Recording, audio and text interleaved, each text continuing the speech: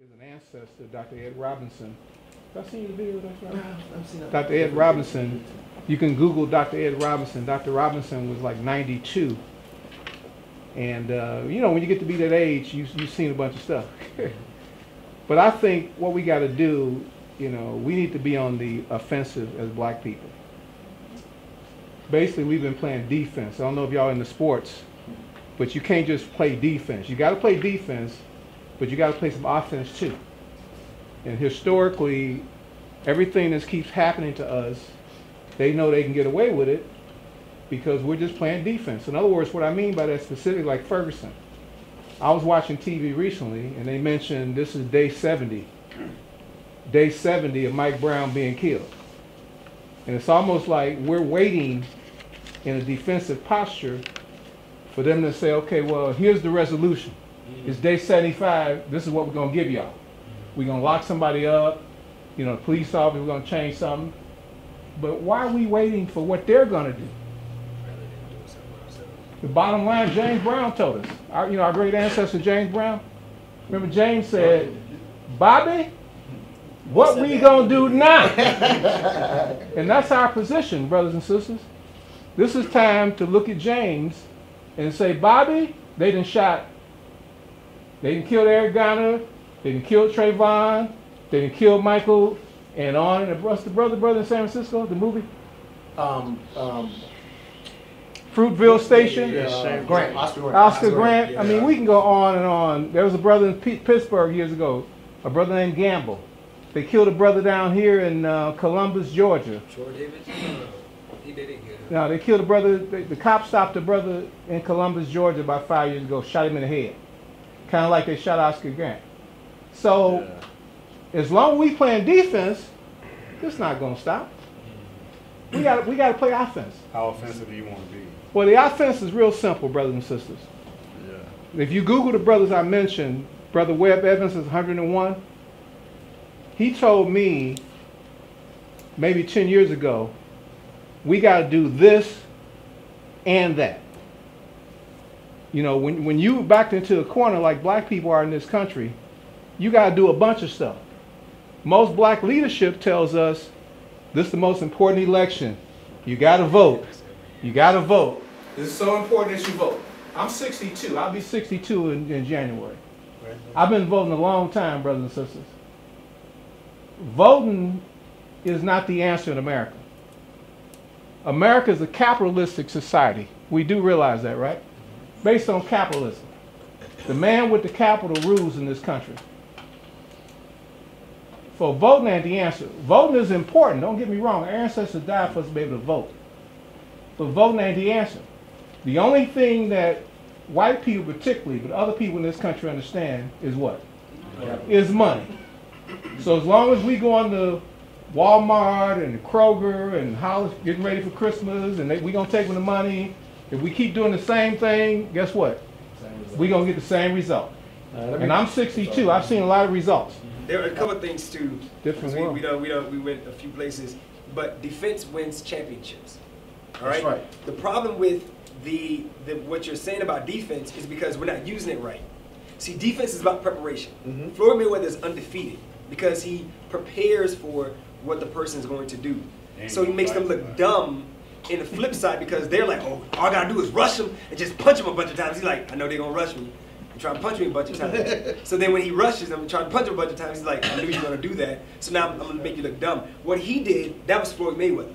See, if we're gonna teach defense, if we're gonna talk about offense, the best offense is defense. Because what happens is that we teach our children, you take all their power away by speaking with authority. How are you doing, sir? I'm the first one to say, how you doing? Because whenever I get pulled over, it's the same thing. Hey, how you doing?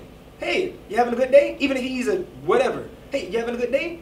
What happens is you diffuse all the negativity that they have coming to there, because we don't know what they went through, because these police officers are still human. They could have just got divorced by their wife. They could have caught their wife with a Pkwy. You never know. They could have just got shot at. They could have got shot at as well. So when they come to us and you go, hey, how you doing, sir? Even if he's angry or she's angry, the moment you speak with authority, because in the Bible it says speak with authority. That's what Jesus did. He spoke with authority. You speak with authority. How you doing, sir? I'm not.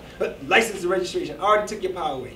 Now I can sit there with my hands on. I can do that. I'm reaching in my back pocket with my right hand, sir. Da da da da da. Well, okay, give it to me. You're taking all the power away. That's what we teach our children. That's right. That's the best way to use defense. And another thing too, I'll be really Please, quick. Now, another thing too that we don't teach our children. You read Malcolm X, the autobiography, 3 times. Now here's the thing. One part of that book that was really powerful is that when Malcolm X robbed one of the houses, he was running. The police would come. He said, "Where do I run?" What did he do? He ran to the police. Why? Because he said, they're not going to expect me to run to them. And he asked him for directions. "Excuse me, sir. How do I get to such and such?" "Make a left, nigger." And then that was the end of it, right? We haven't taught our children how to be slick. We teach our children how to be bent up, but we don't teach them how to be slick.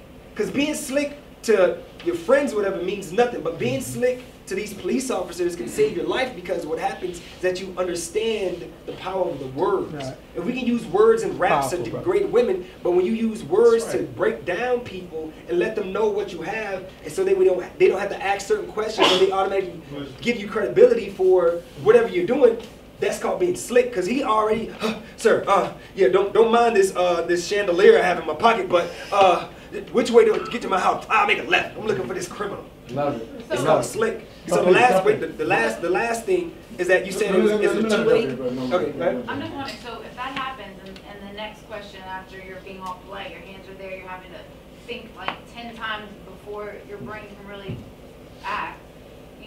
When the cop says, "Okay, can I search your car? If nothing's wrong, do I have consent to search your car?" You're being polite and respectful, or are you just going to say yes?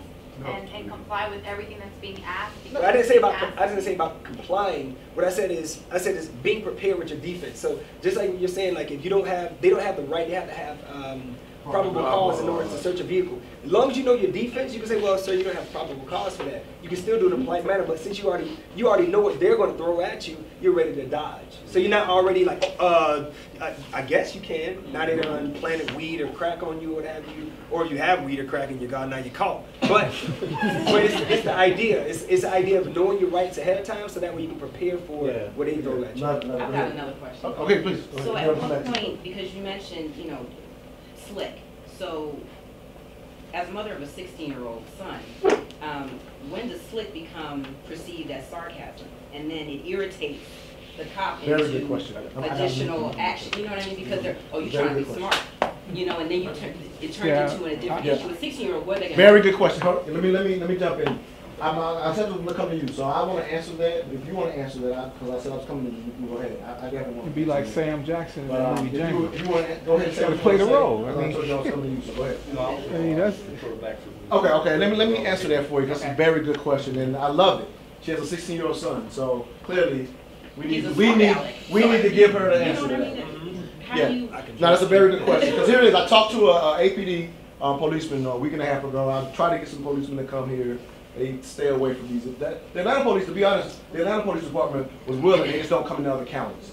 I had a lot of trouble with, as you mentioned, Cobb County and Marietta County. They duck and dodge within 3 weeks. They literally, the APD guy was like, they should love to come to that. They don't love to come. They're not here. But I mean, either way, that's just reality. Please. So I live in Southwest Atlanta, and just to say, to back up that one point, we have police officers, they come all the time, code enforcement, community outreach, cops, so on and so forth. We have a better relationship with them.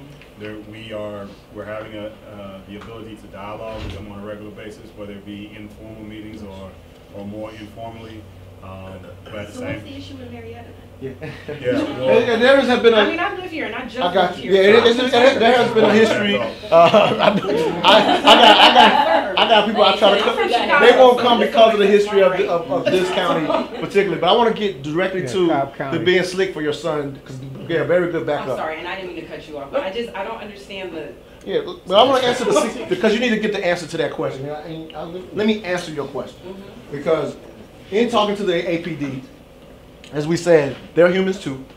Also understand, like I said, we're talking about considering improving the relationship, whether you feel okay with it or not. It's something that it's a dialogue that we have to have because of what we're talking about. These brothers are giving us incredible ways to survive. Nobody wants to be held for 45 minutes, but for 45 minutes, he was on the defensive the whole time, and he's here today. So there's a reality to thinking different about improving the relationship. So here to being slick.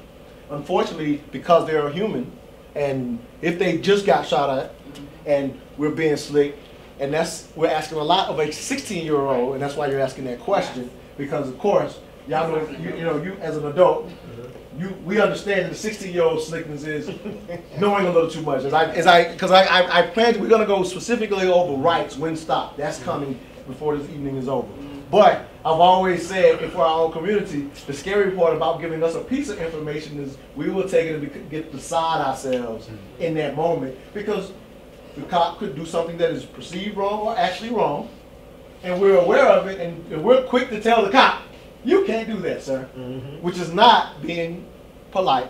And so here it is. So for the 16-year-old, it literally is simple as, yes, sir, no, sir, and I'm going to give you a paper here with some of the things that we're going to go over this evening that hopefully you will go over with your son or whatever. But it's simply, especially as a teenager, just simply the respect to them as an elder person. Like, just keep it. I want to make Before sure that, though, don't be wrong.